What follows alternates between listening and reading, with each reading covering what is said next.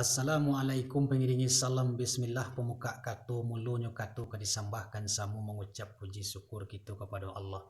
Salawat kepada Nabi Muhammad sallallahu alaihi wasallam. Salam jo sambahmu kebake angku nini mama orang tua nanggadang basa batuah.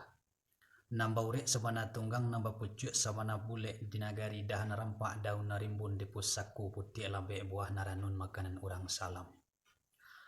Langkuk kepada Imam Khatib bila Maulana jo tuanku palitu nanindak kunjung padam suluhnya lu masuri dunia bendangnya sampai ke akhirat. Nan duduknya baca min kitab tagaknya rintang jo pituah. Taruh kepada cara dia jo tahu pandai urang nanarih candokio pandai magak jo magih kan. Kok runciang beliau indak mencucuk tajam beliau indak melukui pasak kungkuang kunci nan taguh semarak koto jo nagari. Taruh kepada na mudo-mudo pembimbing dunia nan capek kaki na ringan tangan. Capek kaki indak panaruang ringan tangan indak pamacah asu tarantang dua sudah bahati suci bamungko janih tahu dek malu dengan sopan saratu raso je parisu. Taruh kepada bundo kandung limpapeh rumah nanggadang sumarak di dalam kampung hiasan dalam negari ko iduit tampek baniek ko mati tampek banazza kunduang-unduang ke Madinah ke payung panji ke sargu. Kajirek tabang ramu-ramu hingga mencikam lidi sagar agah babego jo bayangan. Kok kete indak kadisanjung namu gadang dak kadisanjung gala jo sambah sajo ambo muliakan. Elok budinya orang disiko.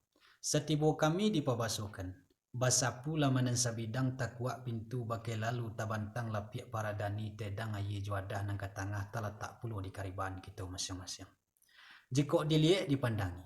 Elok susunya nampak sirih, elok atoknya nampak gambi.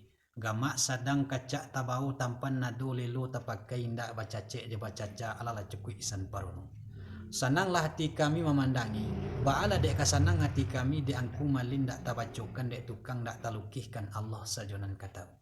Jadi taniek di hati nak memuji teraga nak menyanjungi, tapi rasukalu lidah menyabui pacah mari paik dek tuahnya jo batin sajo disyukuri.